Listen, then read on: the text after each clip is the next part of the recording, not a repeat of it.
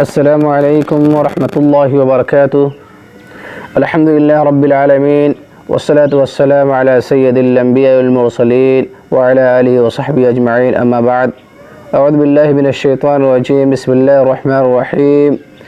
انا اعطیناک الکوثر فصل لربک وانحر ان شانئک هو الابتر۔ تمام قسم کی تعریف و توصیف اللہ رب العالمین کے لیے ہے، جس نے ہم تمام مسلمانوں کو اس دنیا فانی کے اندر پیدا کیا اور پیدا کرنے کے بعد یوں ہی بیکار اور بھٹکتا ہوا نہیں چھوڑا، بلکہ ہماری رشد و ہدایت کے لیے اس دنیا فانی کے اندر بہت سارے انبیاء کرام کو مبعوث فرمایا۔ تمام انبیاء کرام پر درود و سلام ہو، خصوصاً آخری نبی جناب محمد عربی اکرم صلی اللہ علیہ وسلم پر۔ حضرات گرامی، آج ہم آپ تمام حضرات کے سامنے قربانی کے بعض اہم مسائل و آداب کا تذکرہ فرمائیں گے۔ حضرات گرامی، عید الاضحیٰ یعنی قربانی کا دن، یہ وہ عظیم دن ہے جس میں مسلمان حضرت ابراہیم علیہ السلام کی سنت کو زندہ کرتے ہوئے اور اپنے پیارے نبی حضرت محمد صلی اللہ علیہ وسلم کے طریقے پر عمل کرتے ہوئے لاکھوں جانور صرف اللہ رب العالمین کے نام پر قربان کرتے ہیں۔ حضرت ابراہیم علیہ السلام اللہ رب العالمین کے جلیل القدر پیغمبر تھے۔ اللہ رب العالمین نے آپ کو اپنا خلیل بنایا، جیسا کہ اللہ رب العالمین قرآن کریم کے اندر ارشاد فرماتا ہے وَاتَّخَذَ اللَّهُ إِبْرَاهِيمَ خَلِيلًا۔